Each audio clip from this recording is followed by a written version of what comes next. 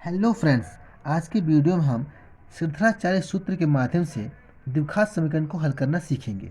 ठीक है, देखिए फ्रेंड्स, सिद्धाचार्य सूत्र को ही हम द्विघाती सूत्र भी कहते हैं। ठीक है, या फिर क्वेश्चन ऐसे भी आ सकता है कि इस समीकरण को द्विघाती सूत्र के माध्यम से हल करिए या फिर सूत्र के माध्यम से हल करिए। ठीक है, तो इसमें कंफ्यूज मत होइएगा, क्योंकि सिद्धाचार्य सूत्र को ही हम द्विघाती सूत्र भी कहते हैं। ठीक है, तो चलिए फ्रेंड्स, वीडियो स्टार्ट करते हैं। देखिए, हमको करना क्या है कि सिद्धाचार्य सूत्र के माध्यम से इस समीकरण को हल करना है, यानी कि x का मान ज्ञात करना है। ठीक है, तो सबसे पहले हम करेंगे क्या। देखिए, जब भी सिद्धाचार्य सूत्र के माध्यम से द्विघात समीकरण को हल करना हो तो सबसे पहले हम क्या करते हैं कि इस समीकरण की तुलना मानक द्विघात समीकरण से करते हैं। ठीक है, क्या करेंगे, इस समीकरण की तुलना मानक द्विघात समीकरण से करते हैं। ठीक है, तो क्या करेंगे, हम सबसे पहले यहाँ पे लिखेंगे कि दी गई समीकरण समीकरण दी गई समीकरण समीकरण क्या है, 2x square minus 3x minus 5 बराबर 0। ठीक है, 5 बराबर 0 की तुलना तुलना तुलना मानक द्विघात समीकरण। ठीक है, द्विघात समीकरण ax² plus bx plus c बराबर 0 से करने पर, ठीक है, क्या करेंगे, हम इस समीकरण की तुलना इसके साथ करेंगे। ठीक है, इसकी तुलना इसके साथ क्यों करते हैं ये मैं आगे बताऊंगा, पहले इसकी तुलना कर लेते हैं। ठीक है, देखिए, तो तुलना कैसे करेंगे। देखिए, यहाँ पे जो x² है इसका गुणांक कितना है, a है, और यहाँ पे जो x² है इसका गुणांक कितना है, 2 है। यानी कि इस a की जगह पे यहाँ पे क्या है, 2 है। ठीक है, तो हम कह सकते हैं कि a बराबर 2, कह सकते हैं कि a बराबर 2। ठीक है, फिर से देखिए, यहाँ पे x² है ना, तो इसका जो गुणांक है a है, और यहाँ पे जो x² है इसका गुणांक कितना है, 2 है। यानी कि a की जगह पे क्या है, 2 है, तो हम कह सकते हैं कि a बराबर 2। इसी प्रकार यहाँ पे जो x का गुणांक है कितना है, b है, और यहाँ पे जो x का गुणांक है क्या है, 3 है। यानी कि b बराबर -3 है ना, तो -3, तो यहाँ पे कह सकते हैं हम कि b बराबर -3 है। उसी प्रकार यहाँ पे c बराबर क्या है, -5 है, तो c बराबर -5 हो गया। ठीक है, अब इसकी तुलना हम कर लिए। अब हम क्या करेंगे कि अब हम सिद्धाचार्य का सूत्र लिखेंगे। तो सूत्र क्या होता है, देखिए, यहाँ पे सूत्र होता है x बराबर -b प्लस माइनस करनी में b² माइनस 4ac, ठीक है, और सबका बट्टा 2a। तो ये सूत्र हो गया। ठीक है, अब हमने सूत्र लिख लिया।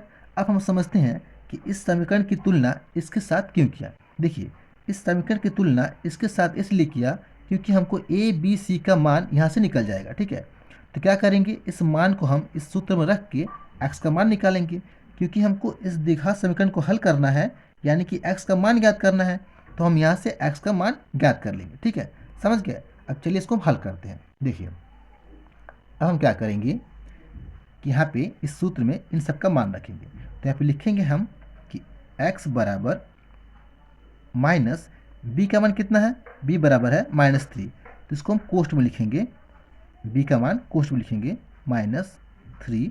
ठीक है, फिर प्लस माइनस, ये प्लस माइनस, फिर करनी में b² है, यानी कि -3 का स्क्वायर, तो -3 का स्क्वायर, फिर -4 इंटू, देखिए इन सब के बीच में क्या होता है, इंटू होता है, गुणा होता है। ठीक है, तो इंटू ए का मान कितना है, 2 है, 2, फिर इंटू सी का मान कितना है, -5, तो इसको हम कोष्ठ में लिखेंगे -5।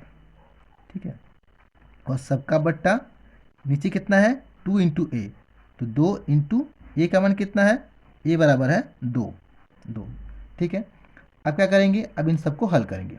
देखिए, यहाँ पे लिखेंगे x बराबर, देखिए यहाँ पे ये माइनस है और कोष्ठ में -3 है, तो जब कोष्ठ खुलेगा तो क्या हो जाएगा, ये माइनस और ये माइनस प्लस हो जाएगा, यानी कि 3 हो जाएगा। इसके अंदर प्लस छुपा होता है तो हम प्लस लिखते नहीं हैं, ठीक है। अब क्या करेंगे, अब इसको लिखेंगे, ये प्लस माइनस करनी में क्या है, करनी में है, देखिए 3 का जब हम स्क्वायर करेंगे तो क्या हो जाएगा, 3 तिहाई 9, केवल 9 हो जाएगा, ठीक है। ये हो जाएगा 9। 3 का जो माइनस चिन्ह है वो क्या हो जाएगा, हट जाएगा। इसको थोड़ा यहाँ पर समझ लीजिए, देखिए यहाँ पे स्क्वायर का मतलब क्या होता है, -3 का 2 बार गुणा, ठीक है, -3 गुणे -3। तो जब इसको हम गुणा करेंगे तो 3 तिहाई 9 हो जाएगा, लेकिन ये माइनस और ये माइनस प्लस हो जाएगा, ठीक है। तो ये हो जाएगा बराबर 9, ठीक है। तो इसको हमने इसीलिए यहाँ पे 9 लिखा, ठीक है। इसके बाद ये माइनस, अब इसको देखिए, ये है 4 और ये 2 और ये -5, तो इन सबको गुणा करना है। तो जब गुणा करेंगे तो 4 दूना 8 और 8 5 40 होगा, ठीक है। तो 40 होगा, मगर यहाँ पे -5 है ना, तो माइनस का 40 होगा, ठीक है। तो -40 और ये माइनस है, तो माइनस माइनस प्लस हो जाएगा, तो प्लस का ये 40 हो जाएगा, ठीक है। और बटा ये 2 दूना 4, तो 4 हो गया। अब इसको आगे हल करेंगे, देखिए यहाँ पे ये 3 प्लस माइनस, ये प्लस माइनस, और करनी के अंदर ये 9 और 40 दोनों को जोड़ेंगे तो कितना हो जाएगा, 49, यानी कि 49, 49 49, और बट्टा ये 4, ठीक है।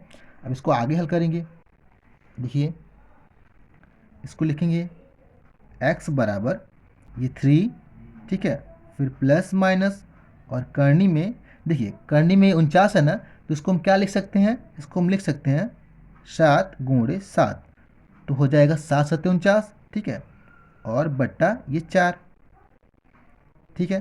अब इसको देखिए, अब इसको लिखेंगे हम 3 प्लस माइनस, अब इस करनी को देखिए, देखिए करनी के अंदर क्या है, 7 गुणे 7, ठीक है, यानी कि 2 7 है, तो जब करनी से बाहर निकलेगा तो केवल एक 7 बाहर निकलता है, ठीक है।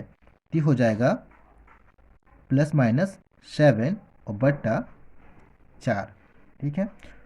तो इसको जब आगे हल करेंगे तो क्या होगा, ये हो जाएगा x बराबर ये 3 प्लस माइनस 7 बट्टा 4। देखिए यहाँ पे प्लस माइनस है ना, इसका मतलब ये है कि x का 2 मान है, ठीक है। इसको हम 2 बार हल करेंगे, एक बार प्लस लेके और एक बार माइनस लेके। नीचे लिखेंगे, यहाँ पे हम नीचे लिखेंगे कि धनात्मक चिन्ह लेने पे, ठीक है, लिखेंगे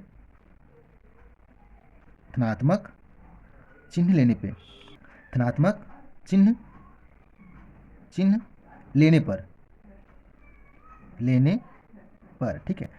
क्या करेंगे, अब यहाँ पे एक बार प्लस लेकर हल करेंगे, तो x बराबर 3 प्लस 7 करेंगे और बट्टा ये 4। अब इसको जोड़ेंगे तो कितना हो जाएगा, 7 3 10 होगा, और 10 बटे का 4। अब इसको हम काटेंगे, ठीक है। अब इसको हम कैसे काटेंगे, देखिए कोई ऐसा अंक लेंगे जिससे ऊपर वाला और नीचे वाला दोनों कट जाए। तो किससे कटाएंगे, हम 2 से कटाएंगे। 2 से कटाएंगे तो ये हो जाएगा 2 5 6 10, और ये हो जाएगा 2 दूना का 4, यानी कि मेरा जो आंसर है वो क्या हो जाएगा, 5 बटे का 2 हो जाएगा, ठीक है। तो x का जो मान निकला वो कितना है, x बराबर हो गया 5 बटा 2, ठीक है। एक मान ये निकल गया। अब क्या करेंगे, एक बार प्लस लेकर हल किया हमने, और एक बार क्या करेंगे, हम माइनस लेकर हल करेंगे, ठीक है। तो यहाँ पे लिखेंगे ऋणात्मक चिन्ह लेने पे, ठीक है। अब क्या करेंगे, अब इसके बाद एक बार माइनस लेकर हल करेंगे, ठीक है। तो यहाँ पे लिखेंगे x बराबर 3 माइनस 7 बट्टा 4। एक बार हमने प्लस लेकर हल किया और एक बार माइनस लेकर हल करेंगे, तो क्या हो जाएगा, बराबर। अब इसको हल कैसे करेंगे, देखिए यहाँ पे क्या करना है कि 3 में से 7 घटाना है। तो 3 में से 7 नहीं घटेगा, तो 7 में से ही 3 को घटा देंगे, तो कितना होगा, 4 होगा। तो यहाँ पे लिखेंगे 4। अब चिन्ह किसका रखेंगे हम, देखिए जो अंक बड़ा होता है उसका चिन्ह हम यहाँ पे रखते हैं। तो अंक कौन सा बड़ा है, 7 बड़ा है ना, तो इसी का हम चिन्ह रखेंगे। तो ये हो जाएगा माइनस, ठीक है, यानी कि 3 में से 7 घटाएंगे तो -4 हो जाएगा, और बट्टा ये 4, ठीक है। अब इसको हम काटेंगे, यानी कि 4 में 4 का भाग देंगे तो कितना होगा, 1 होगा। 4 1 में 4, तो बराबर 1 हुआ, लेकिन ये माइनस है ना, तो -1 हो जाएगा, ठीक है। यानी कि जो आंसर हमारा है कितना हुआ, ये x बराबर -1। तो x का 2 मान निकला, कौन कौन सा, एक मान हो गया x बराबर 5 बटा 2, ठीक है, और दूसरा मान क्या है, -1। तो ये हमारा आंसर हो गया।